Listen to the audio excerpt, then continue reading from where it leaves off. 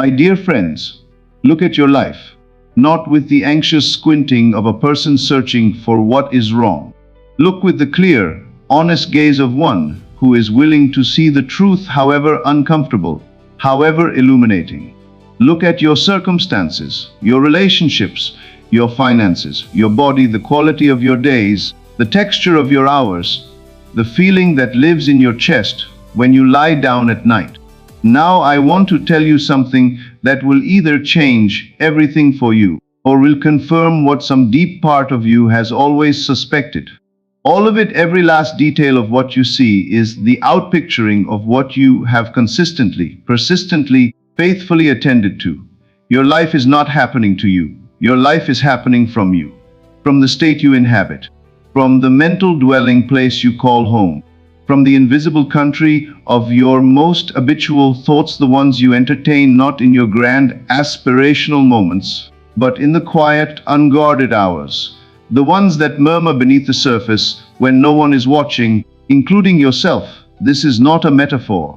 This is the mechanics of consciousness operating with the same precise, impersonal lawfulness as gravity. And tonight I want to show you exactly how it works, and more importantly, how to use it with the deliberate authority of one who understands that he is not a passive receiver of a world that was made without him, but an active creator of a world that is made from him. Here is what breaks my heart when I look at the lives of those who are suffering. They are not suffering because the law has abandoned them. They are suffering because they are using the law against themselves with extraordinary faithfulness. The person who is always broke does not lack abundance, they lack the attention to abundance. They have trained their minds through years of habitual focus to dwell in the consciousness of not enough, and consciousness with the blind, magnificent obedience of a law that does not judge and cannot refuse, faithfully constructs more of the same. The person who cannot find love is not unloved by the universe. They have simply given the vast majority of their mental attention to the experience of being unloved, to the memory of rejection, to the anticipatory fear of being hurt again. And so the law, which is no respecter of persons, creates more of the conditions that match that dwelling. The person who fears illness thinks about illness, reads about illness, talks about illness, imagines illness in the dark hours of early morning, and then calls themselves unlucky when illness appears. There is no unlucky, there is only unfocused, or worse, focused precisely on the wrong thing. I am not saying this to blame you. I am saying it to free you, because the same law that has been faithfully manufacturing your limitations will, the moment you redirect your attention with genuine conviction, begin manufacturing your liberation with equal faithfulness. The law has no preferences, it only has precision. And once you grasp that your attention is the most creative force available to you as a human being, you will never feel like a victim of circumstance again. Most people live their lives as though the mind is a passive screen upon which the world projects its images, as though they are the audience and reality is the performance. They wait to see what life will give them, what mood the morning will bring, what circumstances will decide their experience of the day. This is the fundamental error, and everything that follows from it is suffering. Your mind is not a receiver. It is a transmitter. Every thought you think, every image you hold, every feeling you rehearse, every state of being you inhabit, all of it is broadcasting a signal into the creative substance of consciousness itself. And consciousness, faithful, inexhaustible, mathematically precise, receives that signal and constructs accordingly. You are not living in a universe that was assembled before you arrived. You are co-creating with a universe that is assembled from you, from the quality of your attention, the content of your imagination, the states of consciousness you choose to inhabit. Moment by moment, day by day, without interruption, without exception, without mercy toward your negligence or favoritism toward your prayers, the law operates. If you think defeat not occasionally, but habitually, as the default flavor of your inner life, you will live surrounded by the evidence of defeat. Not because the world is conspiring against you, but because Your attention has tuned your perception to see only the evidence that confirms what you are broadcasting. If you think victory not as a desperate hope, but as a settled assumption, as the felt reality of one who has already won, even before the outer world has caught up, no circumstance, no opposition, no delay can ultimately withhold it from you. Because you are not asking the world to give you something. You are becoming something. And what you become, consciousness cannot help but express. Most people are unconscious stewards of their attention. They allow the noise of the world to colonize their minds without resistance. The morning news decides their emotional state for the day. The opinions of acquaintances plant seeds of doubt they spend weeks trying to uproot. The fears of the crowd become their own fears, rehearsed and refined through repetition until they feel personal, inevitable, true. They consume the anxiety of the masses and call it staying informed. They dwell in the grievances of others and call it empathy. They replay their own past failures in the theater of memory, adding dramatic detail with each performance, and then wonder why they feel, in the present, like someone whose future has already been decided against them. Every time you give your precious, creative, life-shaping attention to a fear, you feed it. Every time you dwell on a doubt, you strengthen it. Every time you rehearse a complaint, give energy to a grievance, or revisit a wound, you are not merely remembering the past. You are building it into your future. This is not a small thing. This is the whole thing. Attention is the currency of creation. And most people are spending it with the carelessness of a man who believes his wallet can never empty right up until it does. The one who masters his attention becomes, inevitably, the master of his circumstances. Not because the world bends to his will by magic, but because the law by which his inner world shapes his outer experience begins to operate in his favor, rather than against it. Here is the question I am most often asked, and I want to answer it with precision. How can I focus on abundance when all I can see around me is lack? How can I maintain the vision of health when my body tells a different story? How can I hold the image of success when every evidence I encounter contradicts it? And my answer is this: you are asking the wrong question. You are asking how you can ignore what is. I am not asking you to ignore anything. I am asking you to understand something far more liberating. What you call what is the current state of your circumstances, your bank account, your body, your relationships, is not the truth of your situation. It is the residue of your past thinking. It is the echo, already fading, of what you used to focus on. It is last season's harvest, rooted in soil you may have already begun to change. The present moment of physical reality always lags behind the present moment of consciousness. What you are building in your imagination and attention right now will not appear in your world until later, sometimes days, sometimes months, sometimes years. But it is being built. It is being built with the same certainty with which a seed planted in darkness is building a tree that has not yet broken the surface. The builder who stands on an empty lot does not despair at the absence of a building. He holds the vision of the building with such clarity, such felt reality, such unshakable conviction, that to him the empty lot is already an architectural fact, waiting to be confirmed by time and labor. The lot is not empty to his imagination, and his imagination is where the building actually begins. This is what the great achievers have always known that the ordinary person does not. They do not wait for conditions to become favorable before they choose to believe. They impose belief upon conditions. They do not consult circumstances to determine whether vision is justified. They consult their vision to determine what circumstances must become. And because consciousness is the substance from which all circumstances are drawn, the circumstances eventually, inevitably comply. I want to give you an image that I hope you will carry with you for the rest of your life. A magnifying glass held steady in sunlight can ignite a fire. The same glass, moved constantly from place to place, a moment here, a moment there, never still, never committed to a single point, produces nothing but scattered light. No heat, no flame, no transformation. Your attention is that glass, your vision is the sun, and the life you desire is the fire that is waiting to be ignited, not by more effort, not by more strategy, not by more desperate activity, but by the sustained, committed, unwavering focus of a mind that has decided what it is building and refuses to be moved. The tragedy of most lives is not lack of desire. It is lack of sustained focus.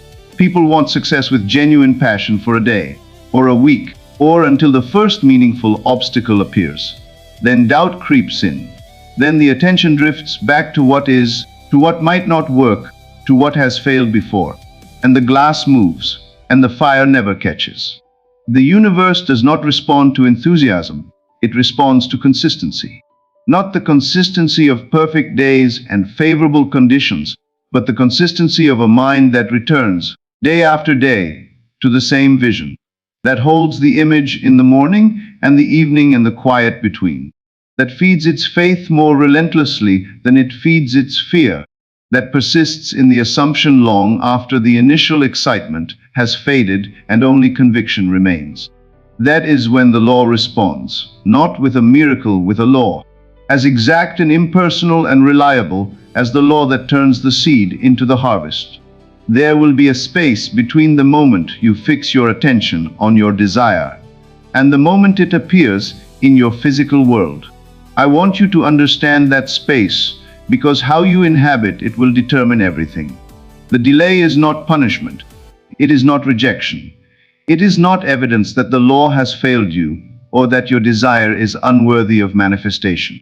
It is preparation. It is the period in which consciousness is arranging the people, circumstances, and convergences that your limited conscious mind could not have orchestrated if it tried.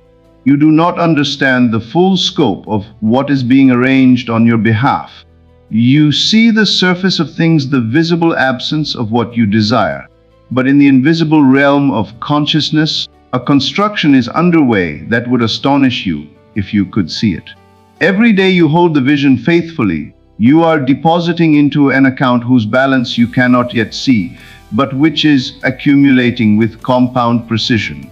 What you do during the delay is the test, not because consciousness is watching to see whether you deserve the desire, but because your behavior during the delay reveals whether you have truly assumed the state or merely wished for it from the outside. The one who has truly assumed the end does not become desperate during the delay. They do not abandon the assumption the moment the evidence fails to appear on schedule. They know with the quiet, settled certainty of one who has already accomplished the thing in consciousness, that the physical expression is simply a matter of time. This is the faith I speak of, not the faith that hopes things will work out. The faith that knows the law is operating even when the evidence has not yet arrived. The faith of the farmer in winter, who does not dig up the field in panic because he cannot see the seed growing. He simply knows. And that knowing is itself the most powerful act of creation available to him. Let me be direct with you about something that may be difficult to hear, but which carries within it the seeds of your complete liberation. The universe does not respond to your words. It does not respond to your stated intentions, your written goals, your public declarations of what you are building. It responds to what you are, to the consciousness you actually inhabit. Beneath all the performance, beneath all the aspiration, beneath the persona you present to the world. It is a mirror, precise, impartial, without sentiment. If your words say, "I am building abundance," but your feeling says, "I do not have enough and I am afraid," the mirror reflects the feeling. Because the feeling is the state, and the state is what creates. If your goals say, "I am committed to this vision," but your habitual attention drifts daily to distraction, doubt, and the consuming opinions of others, the mirror reflects the drift. Because the drift is your true focus, and your true focus is what the law is working with. This is why I tell you that the most important question is not "What do I want?" Everyone knows what they want. The question that determines everything is, "What am I consistently being?" What is the quality of consciousness I actually inhabit when no one is watching, When the affirmations have been spoken, and the motivation videos have ended, and the quiet of ordinary life resumes. Because that is what the universe is responding to. There is a threshold between your inner world and the outer world's noise. Most people leave it unguarded. They allow anything through, every fear that drifts past, every doubt that a stranger broadcasts, every piece of evidence that the world is difficult and success is unlikely. They let it all in without inspection, without discernment, and then wonder why their inner world is chaos. You must become the guardian of your own threshold. This is not arrogance. It is not the denial of reality. It is the recognition that your attention is a sacred and finite resource, that every moment you give it to what diminishes you is a moment you have stolen from what is trying to build you. The voices that tell you it is impossible, do they have authority in the domain you are building? Then they do not deserve your attention. The habits that drain your energy before your work begins, are they contributing to the vision? Then they have no place in a life that is serious about its own becoming. The comparisons, the grievances, the rehearsal of what went wrong, the anticipatory anxiety about what might go wrong, none of these are neutral. Each of them is pulling creative energy from the construction of your future and depositing it into the reinforcement of your limitations. Be ruthless here, not harsh ruthless, because your destiny requires it. Because every great thing that has ever been built by a human being was built by someone who learned to say no to 1,000 distractions, so that they could say yes to the one thing that mattered. Examine everything that competes for your attention. Weigh it against a single standard. Does this move me closer to the person I am becoming, or further away? There is no neutral ground. Everything either adds to the vision or diminishes it. Everything either feeds the fire or scatters the light. Here is something of extraordinary importance that I want you to understand about the nature of your own mind. The subconscious, that vast, creative, tireless intelligence that operates beneath the surface of your conscious awareness, does not evaluate your focused thoughts. It does not ask whether they are deserved, whether the timing is right, whether you have proven your worthiness. It simply accepts the images and states you consistently present to it, and begins, with the thoroughness of a master builder, following a blueprint, to construct the corresponding reality. It cannot distinguish between what you want and what you fear if you are giving both the same intensity of sustained attention. It responds to repetition and emotional charge. It responds to what you dwell upon, what you return to, what occupies the throne of your habitual imagination. This means that what you tell yourself in the hours no one witnesses is not private. It is architectural. It is being translated with perfect fidelity into the circumstances that will appear in your life in the days and months ahead. The story you tell yourself about who you are, what you are capable of, what you deserve, what is possible for someone like you, these are not mere words. They are instructions. And the subconscious is the most obedient executor you have ever employed. So I ask you plainly, what are you programming it with? Are you feeding it images of what you are capable of creating, vivid, emotionally charged, present tense images of the life you are building? Or are you feeding it the recycled debris of old failures, inherited limitations, and borrowed fears? You cannot plant weeds and expect a harvest of wheat. The subconscious does not make exceptions. It only follows the blueprint with perfect, inexorable faithfulness. I want to address something that I hear often, even from those who understand the law intellectually. I try to focus, but my mind wanders. I start the morning with clarity, and by noon I have drifted back into distraction. How do I maintain it? Here is the truth. The mind will wander. This is not failure. This is the nature of a mind that has been untrained. The question is not whether your attention drifts, it will. The question is how quickly you notice, and how immediately you return. Focus is not a mood that descends on the fortunate. It is a muscle built through use, weakened through neglect, strengthened through the consistent, daily, unglamorous practice of returning your attention to your vision every time it strays. The man who has practiced this for a year has a mind of extraordinary creative power. The man who has practiced it for a decade can, in a very real sense, direct his life the way a conductor directs an orchestra, with precision, with authority, with the calm certainty of one who knows that every instrument will respond to his intention. This is not complicated, but it requires the one thing that is rarest in the modern world: sustained daily practice in the absence of immediate visible results. The temptation will come reliably, inevitably, to conclude that it is not working, that focus is nice in theory but powerless in practice, that your particular desire is the exception to the law. This temptation is always greatest just before the manifestation appears, because the inner construction is complete, but the outer evidence has not yet caught up. And the person who abandons their assumption in those final moments of darkness, just before the dawn, will never know how close they were. Do not be that person. Return to the vision, feed it again, hold the glass steady. Let me tell you what opens up on the other side of this discipline. The person who has truly mastered their attention, who has learned to hold the vision through delay, through contradiction, through the noise of a world that sees only appearances, that person moves through life with a quality that is unmistakable. It is not arrogance. It is not the brittle confidence of one who has simply suppressed their doubts. It is something quieter and far more powerful. It is the peace of one who knows, not hope, not belief in the conventional religious sense. Knowing the settled, unshakable interior certainty of one who has understood that the law is real, that consciousness creates, that what they are building in the invisible realm is already as done as if it had been completed in stone. And from this knowing, their actions are different, not more frantic, more deliberate, not louder, deeper. They do not chase.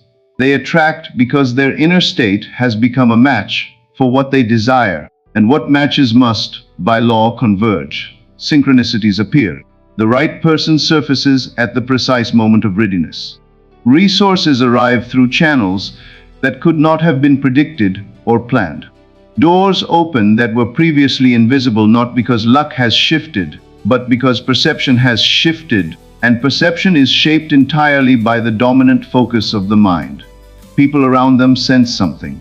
They cannot always name it, but they feel it, a quality of direction, of purpose, of someone who is going somewhere specific and cannot be talked out of it. And the world responds to that quality. It always has, it always will. This is the life that becomes available to you the moment you decide, truly decide, with the whole weight of your commitment behind it, to master your focus. Begin here. Begin now. You are not waiting on success. Success is waiting on you to commit to it with undivided attention. Not when the conditions are better. Not when you feel more ready.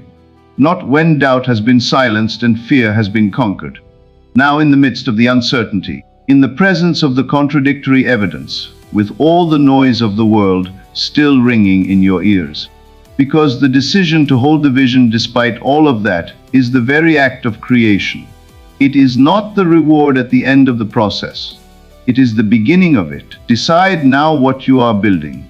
Not vaguely, specifically, sensuously, with the full texture of felt reality. See it, hear it, inhabit it in your imagination with such completeness that your body begins to respond to it as it responds to what is physically present. This is not fantasy. This is the act of impressing upon consciousness the pattern that must externalize. Then guard that impression. Return to it every morning before the world has had a chance to impose its own agenda. Return to it every evening before sleep, which is the threshold through which your assumptions pass deepest into the subconscious. Return to it every time you notice your attention has been captured by what opposes it. Feed your vision more than you feed your fear. Protect your attention as though your future depends on it, because it does. Eliminate, without apology and without explanation, whatever consistently drains your focus from what matters. And then persist, not desperately, faithfully, with the quiet, daily, unglamorous faithfulness of the farmer who does not understand exactly how the seed becomes the harvest, but tends the field anyway, because he knows the law. I will close with this, because I wanted to live in you long after tonight. The law of consciousness is exact. It does not make exceptions for good intentions or bad circumstances. It does not reward the educated over the unschooled, the privileged over the disadvantaged, the optimistic over the realistic. It operates for everyone with the same mathematical precision. But here is the profound gift hidden inside that impersonality. If the law operates without exception, then it operates for you with the same totality that it has ever operated against you. The identical consciousness that has been fully producing your limitations will, the moment you genuinely redirect it, begin faithfully producing your liberation, with the same precision, with the same reliability, with the same inexorable certainty. You have not been unlucky.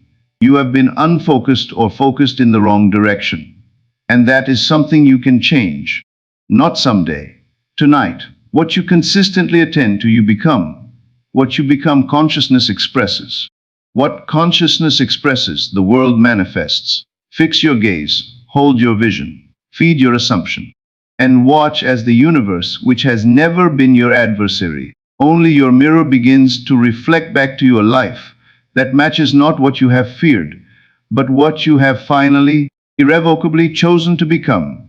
Good evening, and may you wake tomorrow as one who has decided clearly, completely, and without reservation what they are attending to. For in that decision, rightly held, the whole of your future is already contained. This is Never Lectures. I'll see you again in the next video.